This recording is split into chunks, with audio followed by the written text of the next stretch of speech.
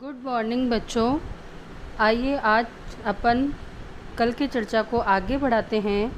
अपन पाठ पढ़ रहे थे दो बेलों की कथा जो मुंशी प्रेमचंद द्वारा रचित है। आइए जानते हैं। जानवरों में गधा सबसे ज़्यादा बुद्धिहीन समझा जाता है। हम जब किसी आदमी को पहले दर्जे का बेवकूफ़ कहना चाहते हैं तो उसे गधा कहते हैं। गधा सचमुच बेवकूफ़ है या उसके सीधेपन, उसकी निरापद सहिष्णुता ने उसे यह पदवी दे दी है, इसका निश्चय नहीं किया जा सकता। गाय सींग मारती है, ब्याई हुई गाय तो अनायास ही सिंहनी का रूप धारण कर लेती है। कुत्ता भी बहुत गरीब जानवर है, लेकिन कभी कभी उसे भी क्रोध आ ही जाता है, किंतु गधे को कभी क्रोध करते हुए नहीं सुना न देखा। जितना चाहो गरीब को मारो, चाहे जैसी खराब सड़ी हुई घास सामने डाल दो, उसके चेहरे पर कभी संतोष की छाया भी नहीं दिखाई देगी।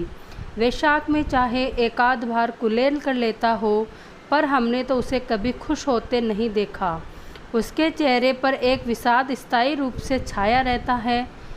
सुख दुख हानि लाभ किसी भी दशा में उसे बदलते नहीं देखा। ऋषियों मुनियों के जितने गुण हैं वे सभी उसमें पराकाष्ठा को पहुंच गए हैं, पर आदमी उसे बेवकूफ़ ही कहता है। सद्गुणों का इतना अनादर कहीं नहीं देखा। कदाचित सीधापन संसार के लिए उपयुक्त नहीं है। देखिए न, भारतवासियों की अफ्रीका में क्या दुर्दशा हो रही है। क्यों अमेरिका में उन्हें घुसने नहीं दिया जाता? बेचारे शराब नहीं पीते, 4 पैसे कुछ समय के लिए बचा कर रखते हैं, जी तोड़कर काम करते हैं, किसी से लड़ाई झगड़ा नहीं करते, 4 बातें सुनकर गम खा जाते हैं, फिर भी बदनाम है। कहा जाता है वे जीवन के आदर्श को नीचा करते हैं। अगर वे भी ईंट का जवाब पत्थर से देना सीख जाते तो शायद सभ्य कहलाने लगते। जापान की मिसाल सामने है। एक ही विजय ने उसे संसार की सभ्य जातियों में गण्य बना दिया। लेकिन गधे का एक छोटा भाई और भी है जो उसे कम ही गधा है, और वह है बैल। जिस अर्थ में हमें गधे का प्रयोग करते हैं, कुछ उसी से मिलते जुलते अर्थ में बछिया के ताऊ का भी प्रयोग करते हैं। कुछ लोग बैल को शायद बेवकूफ़ों में सर्वश्रेष्ठ कहेंगे, मगर हमारा विचार ऐसा नहीं है। बैल कभी कभी मारता भी है, कभी कभी अड़ियल बैल भी देखने में आता है, और भी कई रीतियों से अपना असंतोष प्रकट कर लेता है। अतएव उसका स्थान गधे से नीचा है। झूरी काछी के दोनों बैलों के नाम थे हीरा और मोती। दोनों पछाई जाति के थे, देखने में सुंदर, काम में चौकस, डील में ऊंचे। बहुत दिनों साथ साथ दोनों में भाईचारा हो गया था। दोनों आमने सामने या आसपास बैठे हुए एक दूसरे से मुख भाषा में विचार विनिमय करते। एक दूसरे के मन की बात कैसे समझ जाता था हम नहीं कह सकते। अवश्य ही उनमें कोई ऐसी गुप्त शक्ति थी जिसे जीवों में श्रेष्ठता का दावा करने वाला मनुष्य वंचित है। दोनों एक दूसरे को चाटकर और सूंघकर अपना प्रेम प्रकट करते। कभी कभी दोनों सींग में भी मिला लिया करते थे। विग्रह के नाते से नहीं, केवल विनोद के भाव से, आत्मीयता के भाव से। जैसे दोनों में घनिष्ठता होते ही धौल धप्पा होने लगता है। इसके बिना दोस्ती कुछ फुसफुसी, कुछ हल्की सी रहती है, जिस पर ज़्यादा विश्वास नहीं किया जा सकता। जिस व्यक्ति ये दोनों बैल हल या गाड़ी में जोत दिए जाते और गर्दन हिला हिलाकर चलते, उस वक्त हर एक की यही चेष्टा होती कि ज़्यादा से ज़्यादा बोझ मेरी ही गर्दन पर हो रहे। दिन भर के बाद दोपहर या संध्या को दोनों खुलते तो एक दूसरे को चाट चूट कर अपनी थकान मिटा लिया करते। नांद में खड़ी भूसा पड़ जाने के बाद दोनों साथ उठते, साथ नांद में मुँह डालते और साथ ही बैठते थे। एक मुँह हटा लेता तो दूसरा भी हटा लेता था। संयोग की बात, झूरी ने एक बार गोई को ससुराल भेज दिया। बैलों को क्या मालूम वे क्यों भेजे जा रहे हैं। समझे, मालिक ने हमें बेच दिया। अपना यूँ बेचा जाना उन्हें अच्छा लगा या बुरा कौन जाने, पर झूरी के साले गया को घर तक गोई ले जाने में दांतों पसीना आ गया। पीछे से हाँकता तो दोनों दाएं बाएं भागते, पगहिया पकड़कर आगे से खींचता तो दोनों पीछे को जोड़ लगाते, मारता तो दोनों सींग नीचे करके हुंकारते। अगर ईश्वर ने उन्हें वाणी दी होती तो झूरी से पूछते, तुम हम गरीबों को क्यों निकाल रहे हो? हमने तो तुम्हारी सेवा करने में कोई कसर नहीं उठा रखी। अगर इतनी मेहनत से काम न चलता था तो और काम में ले लेते। हम तो तुम्हारी चाकरी में मर जाना कबूल था। हमने कभी दाने चारे की शिकायत नहीं की। तुमने जो कुछ खिलाया जाना कबूल था। हमने कभी दाने चारे की शिकायत नहीं की। तुमने जो कुछ खिलाया वह सिर झुकाकर खा लिया। फिर तुमने हमें इस जालिम के हाथों क्यों बेच दिया? संध्या समय दोनों बैल अपने नए स्थान पर पहुँचे। दिन भर के भूखे थे, लेकिन जब नांद में लगाए गए तो एक ने भी उसमें मुंह न डाला। दिल भारी हो गया था। जिसे उन्होंने अपना घर समझ रखा था वह आज उनसे छूट गया था। यह नया घर, नया गांव, नए आदमी उसे बेगाने से लगने लगे। दोनों ने अपनी मूक भाषा में सलाह की कि एक दूसरे को कनखियों से देखा और लेट गए। जब गांव में सोता पड़ गया तो दोनों ने जोर मारकर पगहे तुड़ा डाले और घर की तरफ चले। पगहे बहुत मजबूत थे। अनुमान न हो सकता था कि कोई बैल उन्हें तोड़ सकेगा, पर इन दोनों ने इस समय दूनी शक्ति आ गई थी। एक एक झटके में रस्सियाँ टूट गई। झूरी प्रातःकाल सोकर उठा तो देखा कि दोनों बैल चढ़ने पर खड़े हैं। दोनों की गर्दनों में आधा आधा गराव लटक रहा है। घुटने तक पांव कीचड़ से भरे हैं और दोनों की आंखों में विद्रोहमय स्नेह झलक रहा है। झूरी बैलों को देखकर स्नेह से गदगद हो गया। दौड़कर उन्हें गले लगा लिया। प्रेम लिंगन और चुंबन का वह दृश्य बड़ा ही मनोहर था।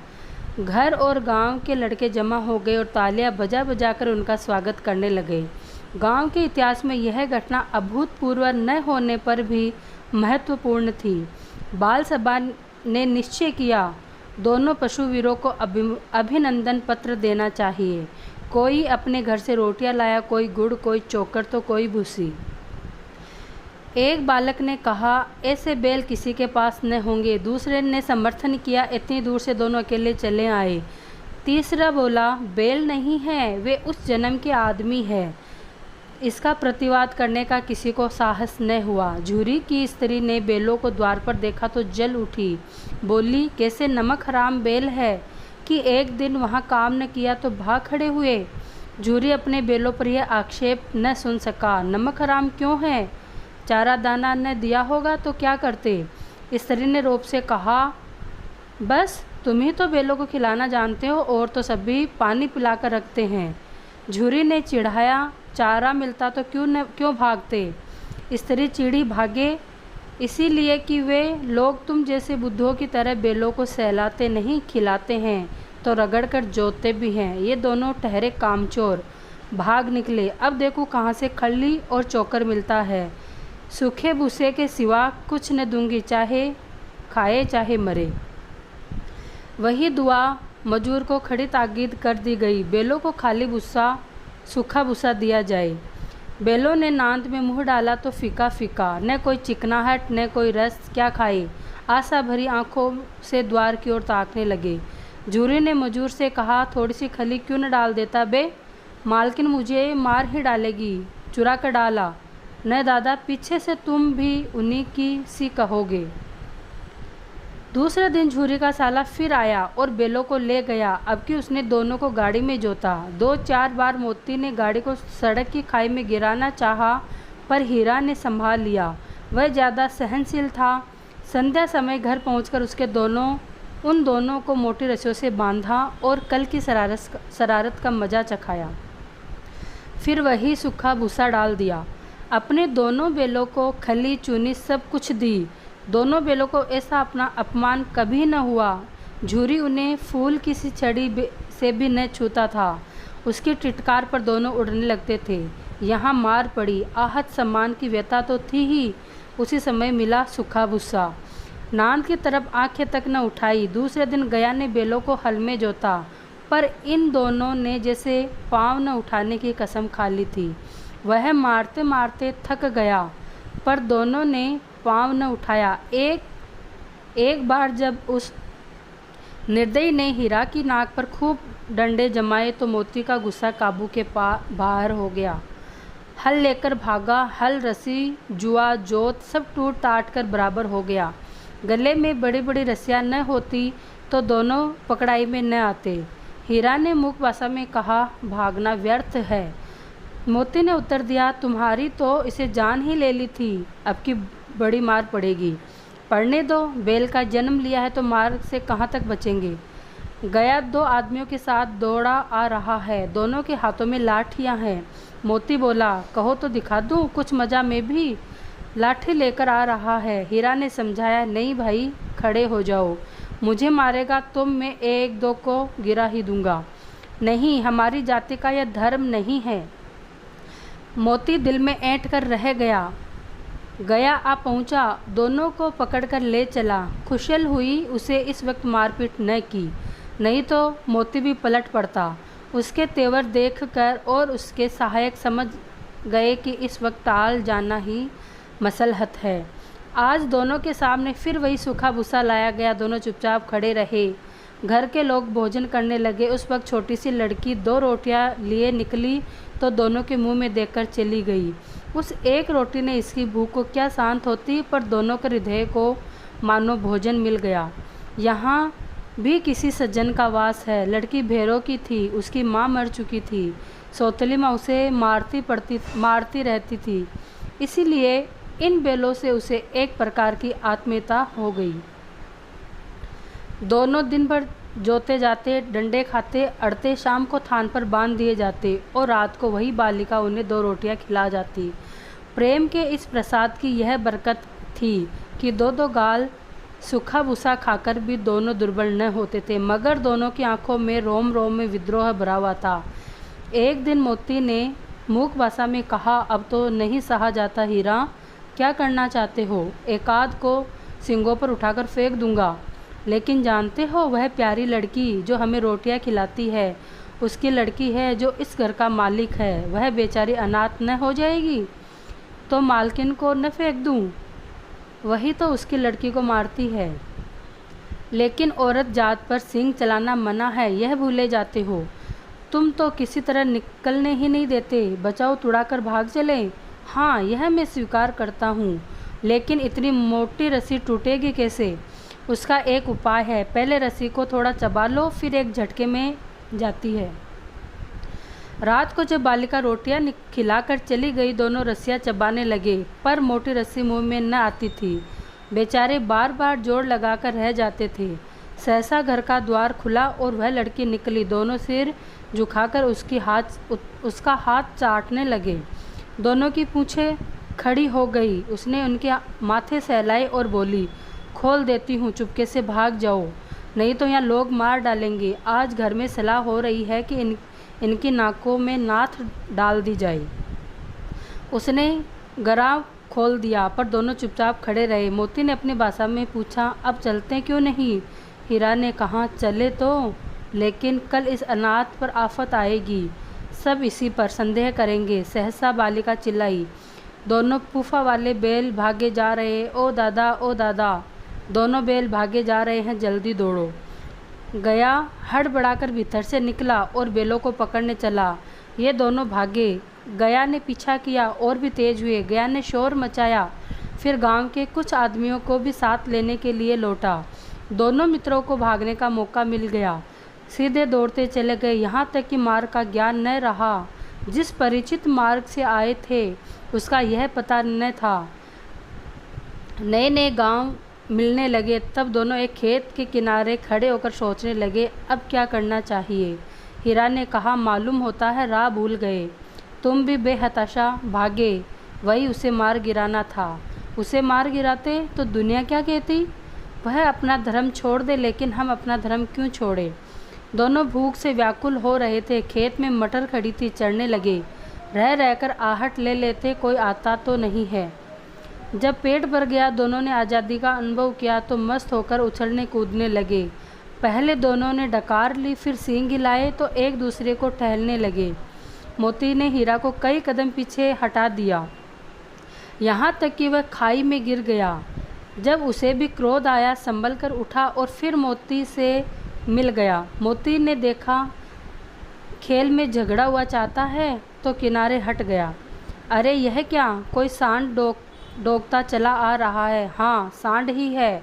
वह सामने आ पहुंचा। दोनों मित्र बगले झांक रहे हैं। सांड पूरा हाथी है, उसे भिड़ना जान से हाथ धोना है, लेकिन न भिड़ने पर जान बचती नहीं नजर आती।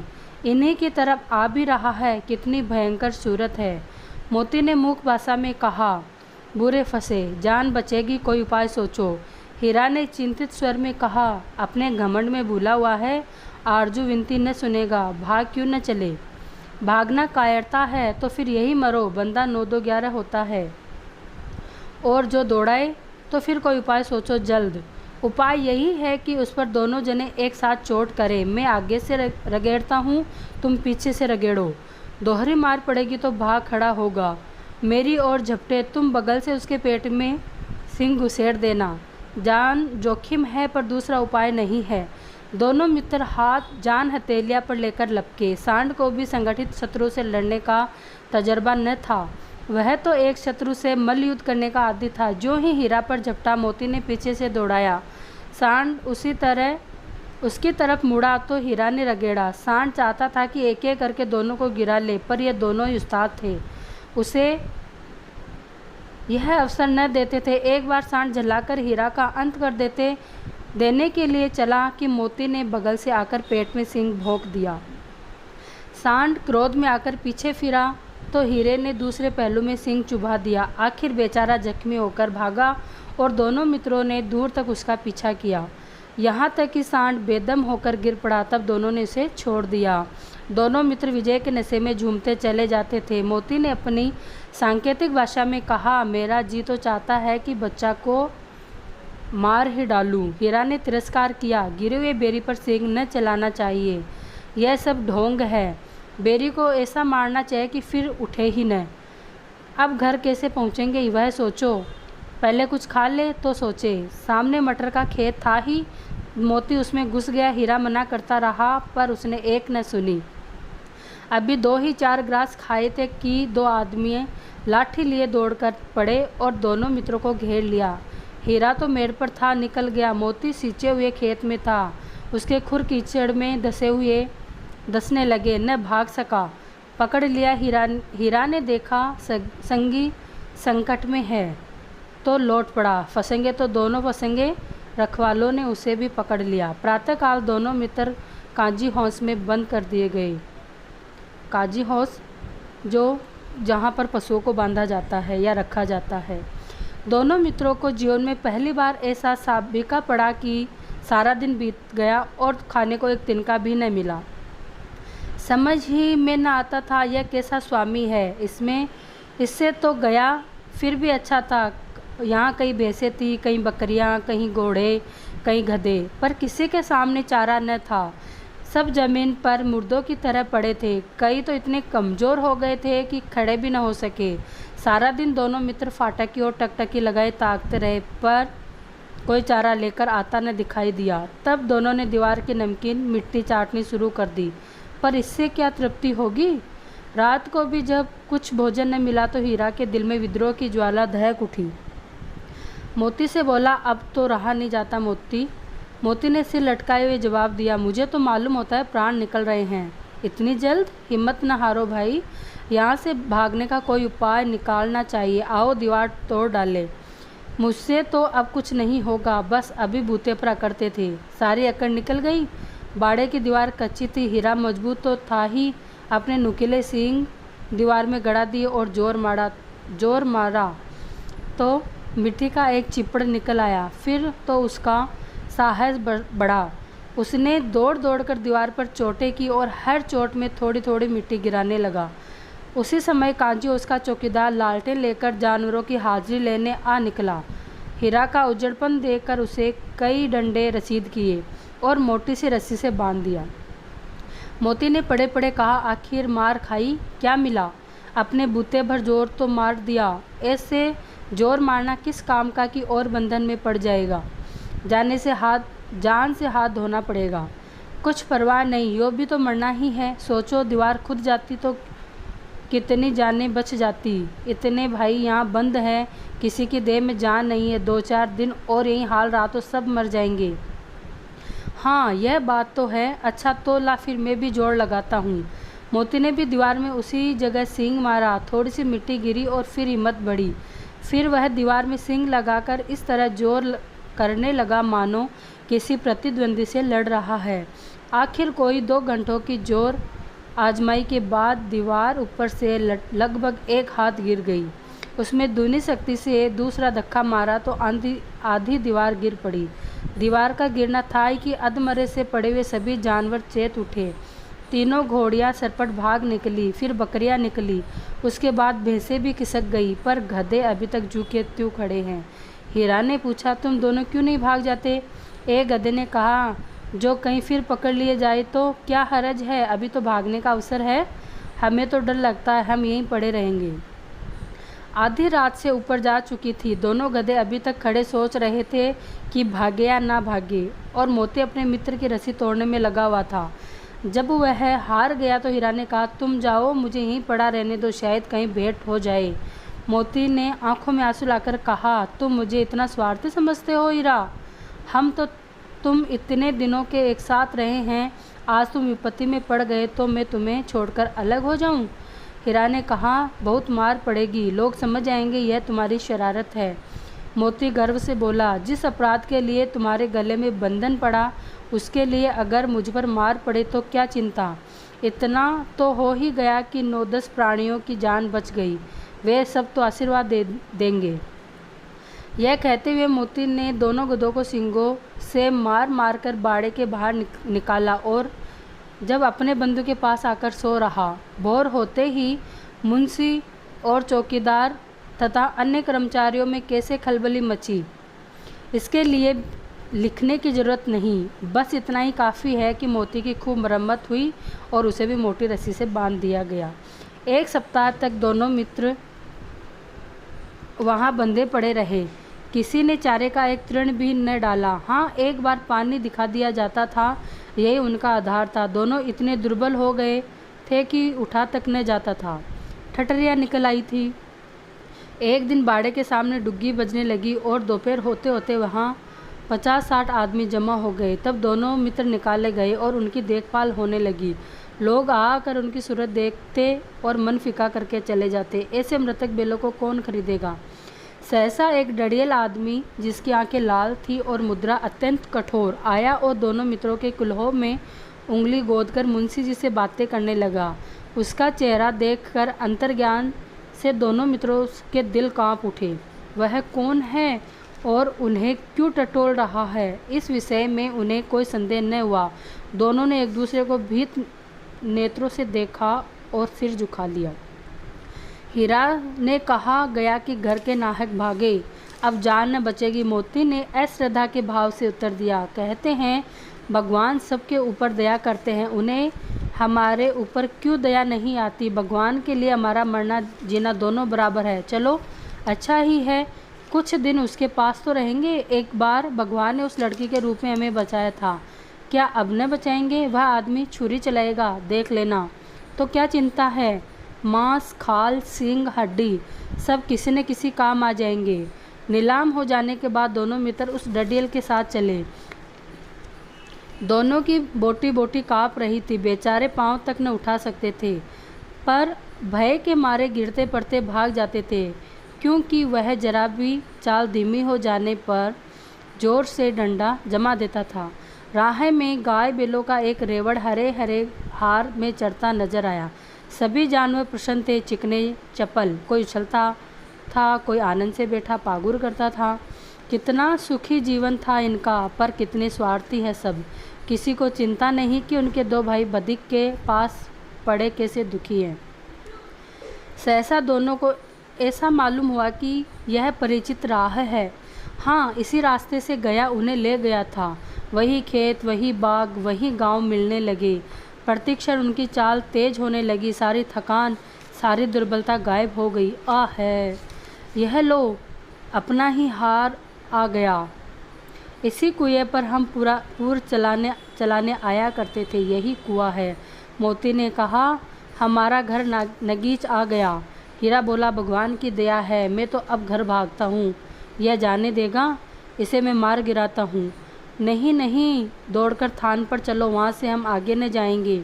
दोनों उन्मुक्त होकर बछड़ों की भांति कुलेले करते हुए घर की ओर दौड़े। वह हमारा थान है।